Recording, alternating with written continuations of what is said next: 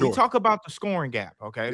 Y'all say he's miles behind them. Yes, he is. This is where I disagree at, because even like, of course, he's not a better scorer than them. I would give you that, but miles behind is crazy, because even what Cade is doing, him averaging damn near 26 and 10. That's pretty much what he averaged, damn near 26 and 10 on a Detroit team who does not have the best spacing. Ron, you've been talking to me about Cade, and I'm gonna give it up, Ron. You've been talking to me about Cade for almost a year now, and this was probably, I want to say October. I want to say October, maybe November. That you was chill. I think Cade is a top 5 point guard in the game, and I think he's better than Brunson. I'm not on. I wasn't on that with you. To be honest with you, I wasn't on that with you. But I'm watching, and I'm thinking to myself, Ron might be onto something. I see what he's looking at, and if I could continue to get this from Cade, that investment that they made in him is worth it. Chill. I'm trying to put my thumb on it, on exactly why Cade is as good as he is. Because when you look at the efficiency, it's really not there. 46%, I think 35 from 3. He's not all that uber efficient. Playmaking, yes, he has that. Passing ability, he's second in the league in assist. He's a big guard. They say he doesn't finish that good at the rim. He's slow. He's not really all that explosive. Once again, doesn't really shoot the ball all that well. I'm trying to figure out what makes Cade so good. I still don't know. I just know when I watch Cade Cunningham, I don't care about no advanced analytics. I don't care about efficiency. I don't care about none of that. When I watch Cade Cunningham, he's just a hooper. He is just a relentless hooper, offensively and defensively. On defense, Cade not finna let you get nothing off for free. Cade to go up there and slap your shot off the backboard like he did with OG Anunoby last night. Cade to get in the passing lanes. Cade to play aggressive defense. On offense, he's constantly attacking you. Constantly. I'm 6'6". I might not blow by you, but you gonna feel every last pound that I have. Every last pound. You guys see when he had Cat on the block? You see when he had Cat on the block? And not only when he had Cat on the block, he was playing Cat like, this dude can't cover me down here.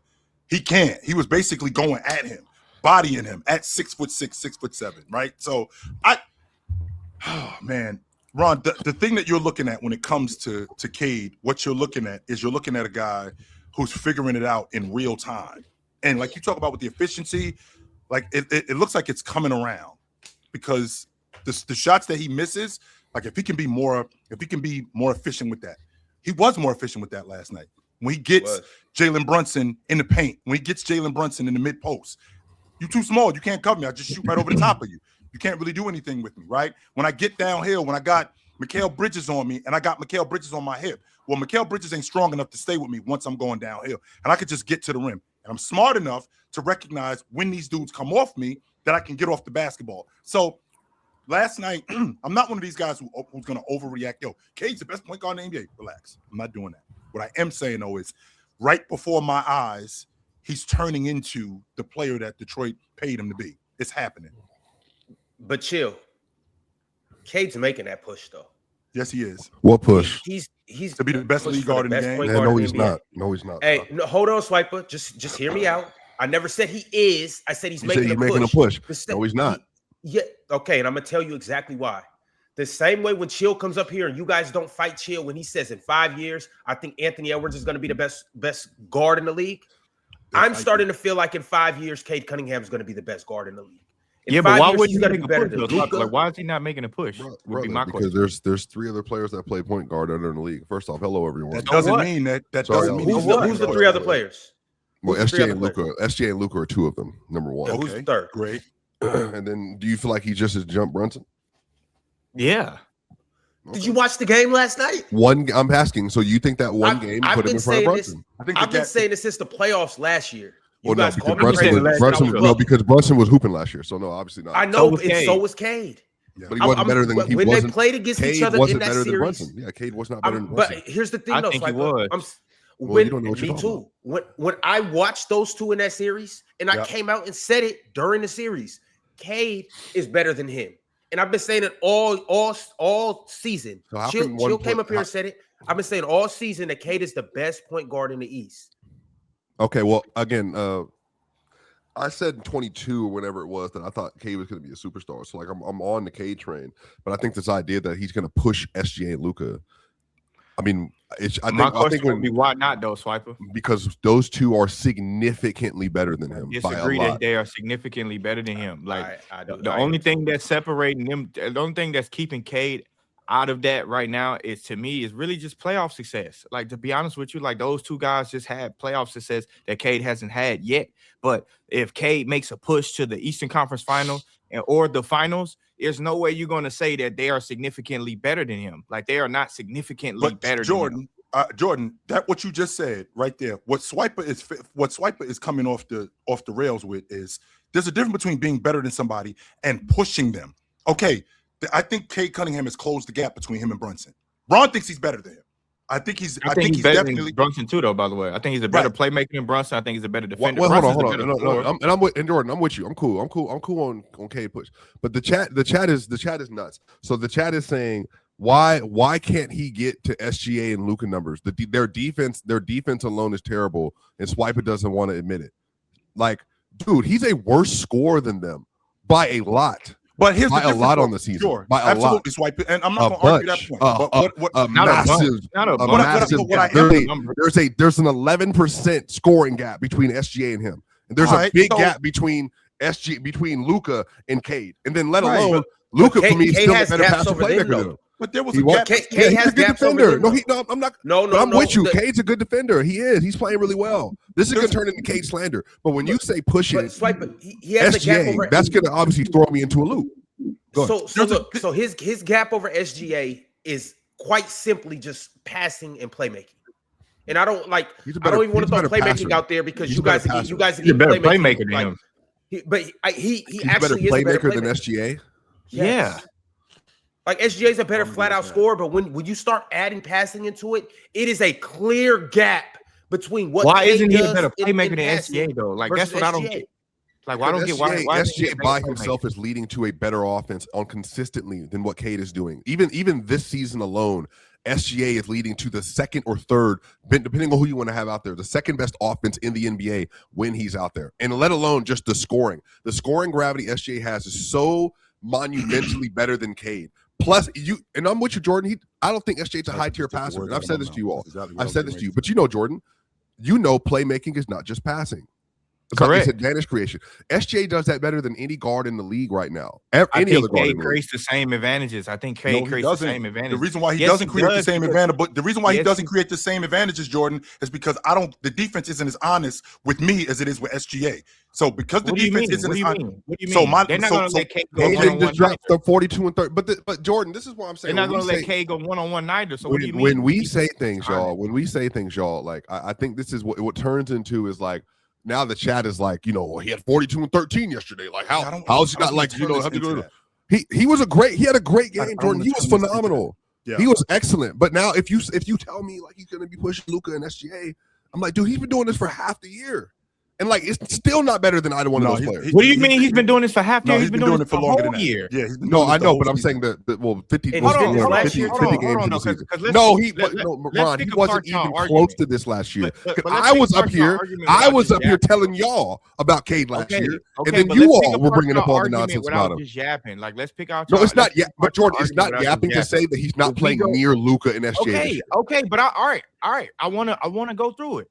Sure. We talk about the scoring gap, okay? Yep. Y'all say he's miles behind them. Yes, he is. This is where I disagree at, because even, like, of course, he's not a better scorer than them. I would give you that. But miles behind is crazy, because even what Cade is doing, him averaging damn near 26 and 10, that's pretty much what he averaged, damn near 26 and 10 on a Detroit team who does not have the best spacing. But we can't even make an excuse for that, right? But when you say he's miles behind them guys, to me, it's kind of nuts, because it's like, yeah, he's not a 30-point scorer like those guys, but he's still averaging 25, and he got 10 dimes to go with it. We're just talking about scoring. Okay, we're just talking about buckets, Jordan. That's number one. Number two, but right. I just conceded that he's not a better scorer than him. But he's not even in the conversation with him though, like at all. Like, to be honest with you, I don't think he's in the conversation. That's totally fine, but he's not miles behind him, because I don't know how much more. Jordan, are we having a conversation about Cade Cunningham being the best scorer in the game? Are we having that conversation? No, but right, but that But we're not having that conversation because what Cade does for his team is totally different than what those guys do for their team. Cade doesn't have another playmaker on his team that can do the things that he can do. So that's why we're not talking about that. A lot of what Shai and Luka doing is a lot of J-Dub. Even when J-Dub is playing, like what the whole Thunder team make plays. Hartenstein make plays. Like don't do that. Right, like, but Cade, to the level, AJ Mitchell predicated on Cade. AJ Mitchell. Yeah, it's like that. Like they don't even have that. But like they do have. Don't have that. But they do have floor spaces. They 100% got floor spaces. Okay, Duncan Robinson is a floor spacer. That is a fact. He 100% is a floor spacer. Okay, he is a floor spacer, but why do the Pistons still have bad spacing? Okay, well, because when you're shooting at that volume, some nights you're going to have it, some nights you're not going to have it. The same thing happened to the Boston Celtics. Answer the question, right? That one, I just answered your question. Why do they have bad spacing? Because my long ball bad is not spacing every game. Chill, it's not they just don't one have night, bad spacing every game. That's just not true at all. No, they do not. If they had bad spacing, right? They had bad spacing. Cade wouldn't be able to get to the rim as frequently as he does. That's number one. Number two, he wouldn't be able to find guys wide open on the wings the way he does. So that's just not true in terms of them having bad spacing. Number three, when you're talking about he find guys, and then what happens on the wing? Okay, Tobias Harris is knocking down mid-range on open shots. That's going on. That's not on the wing. That's not on the wing. He's knocking down mid-range off his self-creation. That's what Tobias does. He has not been doing that.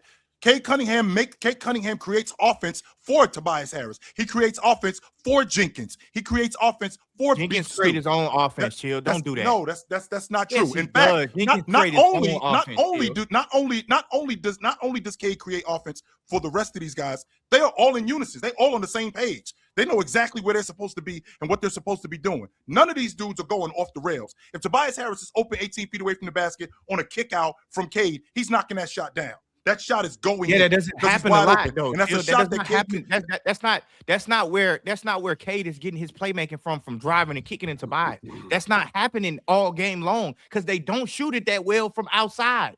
That's what I'm trying to tell you. You just making it up, talking about he creates offense. Making it up. No, he does not. Jenkins is damn near the backup point guard, so he creates pretty much all his offense.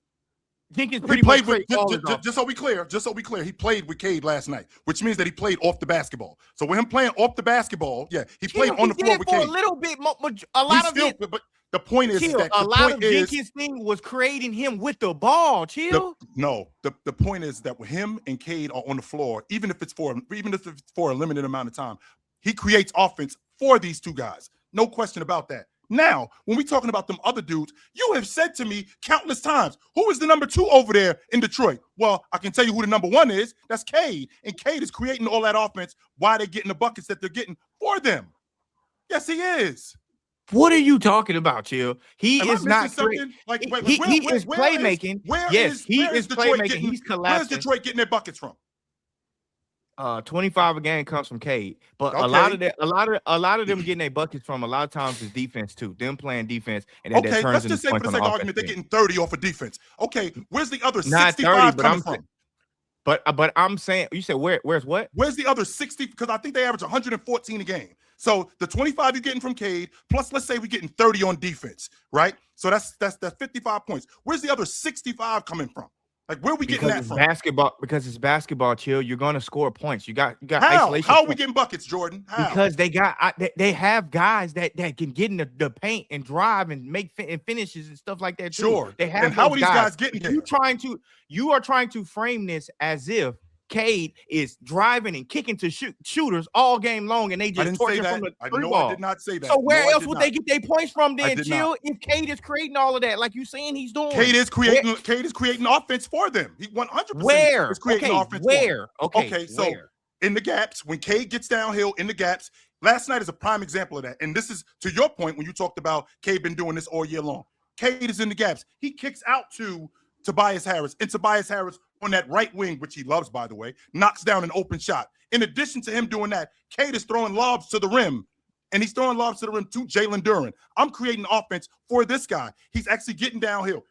Duncan Robinson is not a one-on-one player. Duncan Robinson, the action that he gets is coming off screens, and Cade is creating buckets for him too. It's not just him coming off screens. These buckets that these guys are getting, it's not just give this dude the ball and he's going with it. That's not what's going on. Or am I missing something? You're missing that with Tobias Harris for sure. That's for sure. That's what you missing with Tobias Harris. Get the what's ball the and debate just right let him now? get going. I'm trying to figure out what's the debate right now. That Cade isn't creating offense for his other guys. That's what. No, that's not the argument. That's not even the argument. I'm just saying. We talked about the core spacing. That's where you switched it from. We was talking about the spacing. The reason why when you were saying they have the shooters and Duncan Robinson, which you named one shooter, by the way, and I'm saying no, they don't have the spacing. Detroit spacing sucks damn near every night, and you said that's not true. I'm saying it is true, and you was like, well, how are they getting their buckets? Well, they get their buckets because they got guys that drive the ball once Cade passes the ball. And their main guy, and their main guy is driving the basketball. Their main guy is. But is their spacing bad? Chill. But is their spacing bad? I don't think it's as bad as you think. I don't think it's as bad as you say it is. So to answer your question, Jordan, I was about to say, to answer your question, it's not as good as other teams in the league. I don't think it's bad. No, I don't. I think it's probably bottom tier, though, right? We can agree it's bottom tier. I think it's average to below average. I don't think it's awful. No, I don't. I think it's bottom. It ain't the worst space in the league because they got a guy like Cade Cunningham. But and they got a guy like Duncan Robinson. And they got a guy like Duncan Robinson who can also stretch the defense. You're not what am I getting wrong here? Game, like this dude Cheese says I'm sad. What am I getting wrong here? What am I missing? I mean, they're saying I'm a hater for saying he's not close to Luka and SGA right now. I don't know. You dudes bug me out when we're talking about basketball, and when I'm watching basketball, because I don't agree with stuff that certain people say. Jordan and I go back and forth with it all the time. But there's one thing that I know for a fact. I know basketball. I know when I watch a guy get downhill and create offense for somebody else. I know what I'm looking at. What am I missing here? What's going on? What is happening right now? I just think Cade deserves credit for what he did yesterday, but I guess Ron, like when you say he's going, when you say he's going to push, I want to let you know, chill. Dennis Jenkins catching shooters 38% of his time. 38% of the time, not a lot, brother. 66%. He's shooting 38%, or he's getting his shots 38% per catch and shoot. He catching shooting 38% of the time. That's not his percentage. I'm saying that's amount of the time he's doing. His play type. Okay, play type. Yeah. Okay, I got you. Now with the catch and shoot logic that you're talking about, okay, that is a small amount, but. What else is he doing? Basketball, by the way, Jordan. No, I actually dig that number, Jordan, that you're talking about. So let me ask you this, Jordan: Is it him just catch and shoot, or when Cade gets downhill and Cade is kicking it to him, and is he shot faking and getting to the rim, or is just Cade giving him the ball like in the half court and he's just going 1-on-1? I think a lot of the times you're underestimating that, like the play style Dennis Jenkins have. He's pretty much pick and roll ball handler a lot of the time, Chill. That's what you're missing. That's what I was telling you about Dennis Jenkins. He basically damn near they secondary point guard, pretty much. When Cade is in the game, Cade damn near play off ball and let him play on the ball. That's what I was saying about that. And it's because Detroit lacks the spacing. So you have to put Cade Cunningham out there sometimes off the ball to circumvent that bad spacing that they have. When it's available. Yeah, when it's available, because a lot of times it's not available for Detroit. That's what I was saying about them. And then so go back to Swiper point about Cade not being in the same tier as Luka and SGA. I'm saying a lot of that is because those guys have their offense figured out a little bit better than what Detroit has. Detroit doesn't necessarily have a full strategy on how they want to play offense. The Oklahoma City Thunder's team is built around what SGA does. They have guys that can play make too. Like Caruso is an underrated playmaker. iHeart is a not underrated playmaker, but he's a damn good playmaker. J-Dub is a damn good playmaker. Like even Chet at times can be a good playmaker. That's something that the Detroit Pistons don't have. Now I do agree that SGA and Luka are better scorers than Cade for sure. I'm not disagreeing with that. But when you say he's not pushing them as players, that's where I disagree with you. And once again, nobody said that SGA or Luka are worse than Cade. Nobody even said that Cade is at their level. All I'm saying is the tier that they're in, Cade he's at the doorstep. Oh, for sure. All he's missing is the playoffs. He might not even have knocked on the door yet, but he's outside the house. That's it. If Cade goes to the Eastern Conference Finals or the Finals, how is he not in that category? Because winning, what I'm trying to a winning bias for a level of play. That's not how he's going to enter that conversation. But with me closing the gap, like wouldn't me closing the gap, which I think Cade is doing. I think he is closing the gap amongst those guards. With me closing the gap, wouldn't that be me pushing them, Swiper? Would that not be it? Would that not be me pushing if I want to go the long route of Ron saying 5 years from now, then yeah, I mean, sure. Like, I don't. Maybe Luka deteriorates. Maybe SGA deteriorates, and Cade gets better. Wow. I just will say, I mean, Cade's. It's just there's a big gap between their what they're doing right now. I just think Cade is playing really well. He deserves credit for that. Last night was great. It might have been the best game that he's had in his whole career. Like, just in totality, how they played. Jalen, they were just bullying. They were bullying the Knicks yesterday. Like, they made them look small. They made them look like they didn't belong on the court with them. And they had a phenomenal game, and Cade was spearheading that. So he had a phenomenal game. I think that this, and on the positive side, so I can get back on my Cade hype train, for Cade to 2 years ago be in talks of he's one of the least effective players in the NBA. And people were saying that he is not a number one option. He can't lead Detroit. He's not the kind of guy you can build your roster around. We had conversations up here about Cade Cunningham and his overall value as a player. He wasn't like, super great scorer, the playmaking, within the turnovers, all that kind of stuff. And then on top of that, they were losing all the time. He was on one of the worst teams ever. And so a lot of people were very low on him. So for him to bounce back this year and to put up this kind of season and then lead Detroit to the number one overall seed, where they are pushing to have the best record in the NBA, where he can have a night like last night where he goes against Jalen Brunson, who for many people has been better than him considerably. And JB, by the way, not like he had a bad game. He had 33 points, 8 assists yesterday. He was 12 of 20 from the field, like a 3-7 from 3. Like, he had a good game. But Cade came out yesterday, man on a mission after the All-Star break, and had 42 and 13 with 8 rebounds on top of that. Yep. 5 turnovers, but whatever. You know how I feel about turnovers when you're passing the ball a bunch. That stuff is going to happen. But he was excellent. Like, Cade Cunningham has been phenomenal this year. Like, he is an excellent player. And on top of that, Mr. 2028, I'm the best American player in the world. I love that Cade has that attitude. And again, for Cade to bounce back, like I said, for the last 3 years, and for him to turn into this player, and then for him to get to this point where he's saying, I am the best American player, and you can look at him and you can make an argument for it, I think that's a big respect to Cade. Cade has been incredible. Phenomenal. I think the scoring efficiency argument for Cade is a valid one. I do think that is what's keeping him out of, like, let's say, a Luka in the SGA tier. But I will say this. If Cade Cunningham ever gets to like 62, 63 true shooting, he's going to have an argument for being better than both of them as complete players. Because that's the only thing that's holding him out of the conversation right now. Because you could argue he's a better passer and or a playmaker than Shai. He's definitely just as good as a defender as Shai, if not better. He's definitely a better defender than Luka Dončić, right? And so that is really his last step. Like, if Cade ever is, and this year from an efficiency, accuracy standpoint, he's definitely there with those players. And like they're winning 1,000%. I don't even think real talk. I don't even think it needs to be American players. I don't even think it needs to be true shooting or efficiency. Shade is not from the United States of America, brother. Nobody cares about the efficiency as much as people that just watch the stats, to be honest with you, because that can be overrated when it comes down to just winning games. Like, at the end of the day, Cade can shoot whatever he want to shoot. If his team win a game, they go to championships. This is where I think the disconnect is. Y'all saying him the better you shoot, the more like you want to win. Hold on. Y'all saying him going to the finals is not the thing that separates him.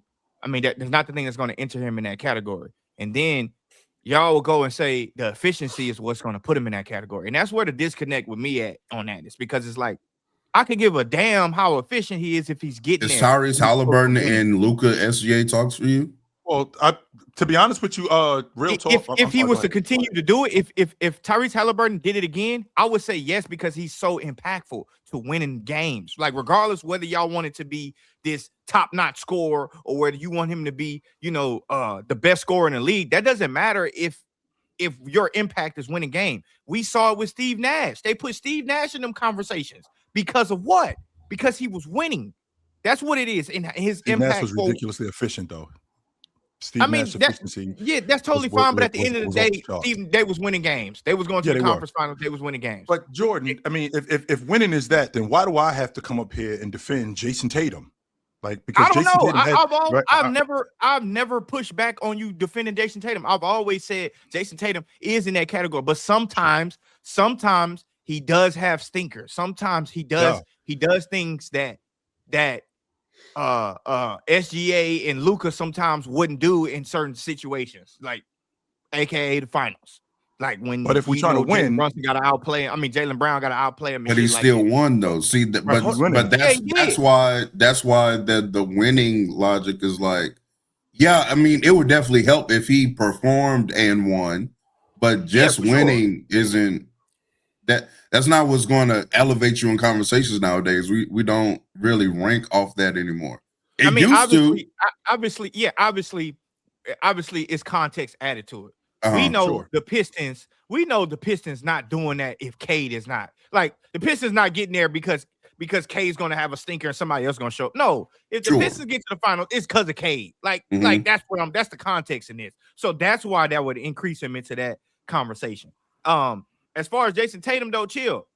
I don't fight you. I don't fight anybody that says Jason Tatum is on the level of SGA and Luka. He is. Anybody that's saying that, it's like you got to bias towards something. Like you got to bias towards it. But at the end of the day, I'm willing to hear more Luka than SGA, brother. But I don't think Chill thinks he's even close to SGA right now. Who? Jason Tatum? He's not playing. I know, but I'm saying when he was. I think SGA has passed him. I do think that, and that's largely. But Luka's we saw Luka.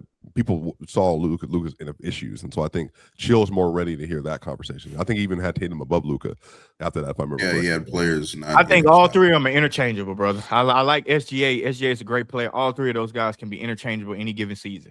Like Luka could have a fantastic showing, and he can look like the best player in the world. So can Jason Tatum. So can SGA. Yeah. Like those three guys are interchangeable. Now, the separator between those two and Jason Tatum, that the pushback I would give is Jason Tatum just don't get to the free throw line enough, just like those guys. That's just the only thing I would say. For me offensively. I don't think he takes advantage of mismatches as much as he should as a bucket getter. Which is I think it should be him getting to the free throw line a little bit more. Those two guys get to the free throw line. This practical basketball, I just disagree. I don't agree that he's pushing either one. That's not a practical basketball thing. I don't think Cade Cunningham is pushing Luka and Shai in the next 5 years. Maybe he does, but again, that would but that doesn't make any sense. What does pushing mean to you? Then I want people to understand that like this is massively different than what the conversation we had about Cade last year. And I understand like everybody's updated their resume and all that stuff, but this y'all are new, not you and watching, but this praise for Cade is new. Because this was not here last year when it was me. That's because he's a different player than he was last year. He's going to be a different player next year. But to move to like he's going to be pushing one of the best peaks we've ever seen in SGA, and then to move to I understand that people are down on Luka. Luka's not having he's not having the like when 2019 came around. He's the best player in the world by year 5 time. He's not that yet. But I will say Luka still has 6-7 seasons of like. All of those seasons have been better than anything Cade has put on the floor. But nope, you're not doing this with me. The reason why you're not doing this with me because when we did this a couple of years ago, when you talked to me, I told you that SGA was not where Jason Tatum was, and all you kept telling me was what's going on right now. What's going on right now? Yeah. That's all you cared about was what was going on right now. Now you're telling me that Cade Cunningham doesn't have the longevity and he doesn't have the years. But that logic doesn't work. No, because SGA's had 4 years now, brother. Like it's okay, 4 years and I said the same thing about Jason Tatum. But Tatum doesn't have 4 years like that though. The 4 year when he was Swipe, you don't think if Cade Cunningham, because I know this is what is going to fix it for you. If Cade Cunningham next season or relatively soon. Or relatively soon. No, because Ron isn't just talking about today. He said moving forward. That was the start of the conversation. If Cade Cunningham next year is a 62.5% true shooting score, then what? On better efficiency. Yeah, sure. But I think the thing is like I don't have to praise SGA. SGA's work on it alone speaks for itself. Yeah. But bro, like SGA is like, you know what I mean? Like but this is where that's a tough bar to get. I mean, that's just a tough bar to get. It is a tough bar, but I think that you do the same thing to me. Chill. This is where you get yourself in trouble. Swiper, this is where you get yourself in trouble where players, when they get to a certain space, like can't nobody penetrate that space. Like that's just it. And Luka is just going to stay there. And SGA is just going to stay there. So when I said that Anthony Edwards, I think Luka might fall off, but I was with you on I'm with you on Ant. Answer my dude. Right. I'm with So you on Ant. why is it ridiculous to think that the way Cade is playing right now, and I ain't talking around about 40 and 12. I ain't talking about that. I'm talking about that mid-range gets better. Not only does that mid-range gets better, he gets smarter as a distributor. The turnovers turn down. In addition to the turnovers turning down, he gets better as a defender. Why is it ridiculous to think that that gap between him, Luka, and SGA is going to close? Why is it ridiculous to think that if he continues to improve? If Luka continues this injury stuff, like, and Lake Show Jerry, who's a stalker on Twitter, is saying it's all about Jokic. Brother, if Cade Cunningham gets to Jokic talks, I will be, you know how happy for Cade to go from being the 13th best player in his class to best in the world talks. That First works off, for me. We just did it with Wemby. We literally just that. did it. I'm not trying to hear that. Nobody thought that Cade Cunningham was a 13. Well, besides one person thought that Cade. But I'm saying that was where the talks were when we first had the Cade. Ian Ron were high on Cade last year, though, Swiper. That was high on Cade when he was you weren't fall off on that either. You were right there next to him when he was in Dallas. Ron been singing the Cade praises. Ron was doing that last People year. being high on Cade. This isn't. And Ron, to be fair, I've been telling Knicks fan, whenever we had Sideshow Bob and them up here, I would tell him the only reason Cade wasn't up 3-1 in that series is because Tim Hardaway Jr. didn't get a foul call. Chill, which he was clearly. Detroit gets out of that series if that didn't happen. It's the panel. Religion get built on cam. Where the check throw smoke and the host go ham. You ain't never seen hoops out here did raw. Every take got weight, every night we drop. This that barbershop. Courtside, worldwide tone. Welcome to the only show that really feel like numbers jumping like the score.